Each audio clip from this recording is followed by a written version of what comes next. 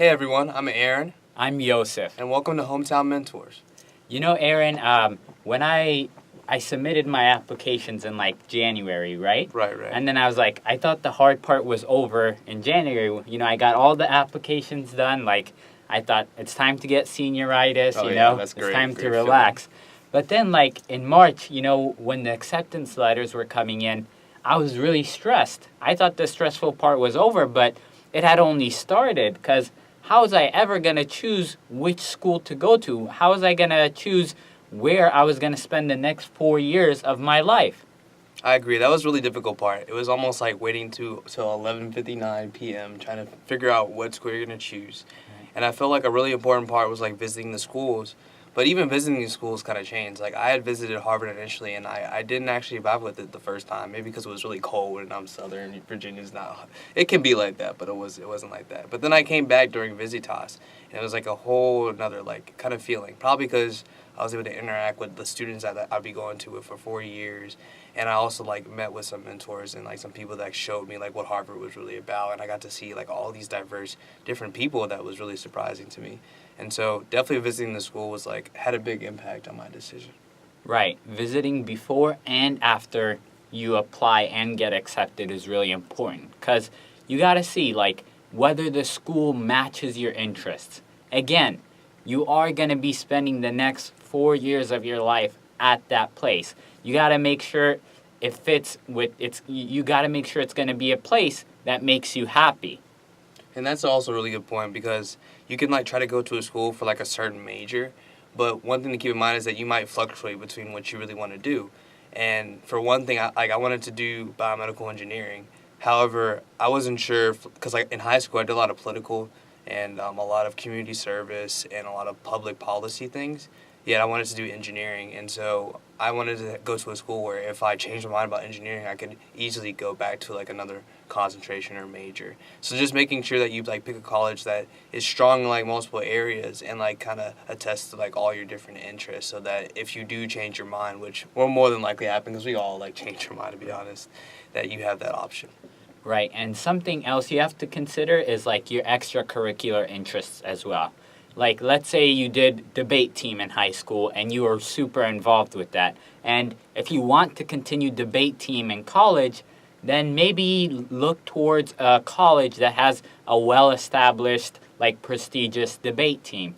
You know, if you played the violin in high school, then try to find a school that has like a program that maybe lets you study music for credit or that has a well-known orchestra that you could join. Something else that's really important about college is finding out where the location of that college is. And something you want to keep in mind is, are you going to be close to home? Are you going to study abroad?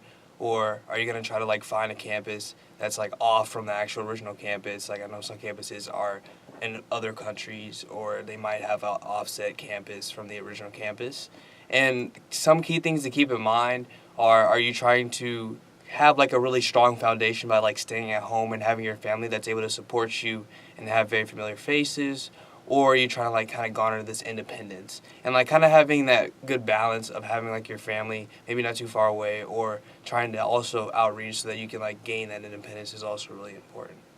Yeah. You know, finances also play a big part. If you're living at home, you don't have to pay dining, you don't have to pay rent, so it saves you a lot of money. And nowadays, college debt is such a huge problem.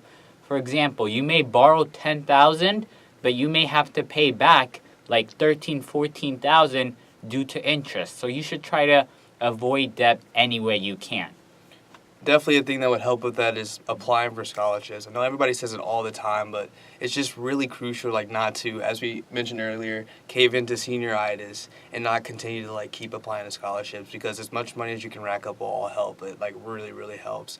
And like definitely having some extra change even after you've applied to a lot of scholarships will like help you, and like it'll even like pave the way into that transition from high school to college a lot easier.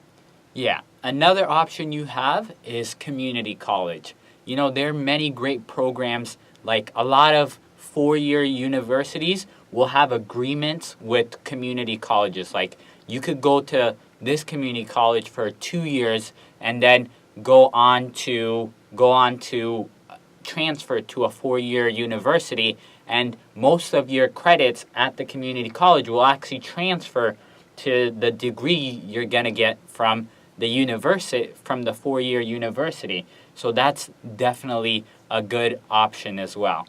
And there's definitely other paths that you can take. Like you can also take classes during the summer, or you can even like take a gap year, which a lot of students end up doing. And it's also like just as you don't have to always take the traditional route of going straight into it. Anything that kind of like fits your need and how you feel will be the best transition when you go into college. Right. At the end of the day, and what really matters is which college fits into your interests.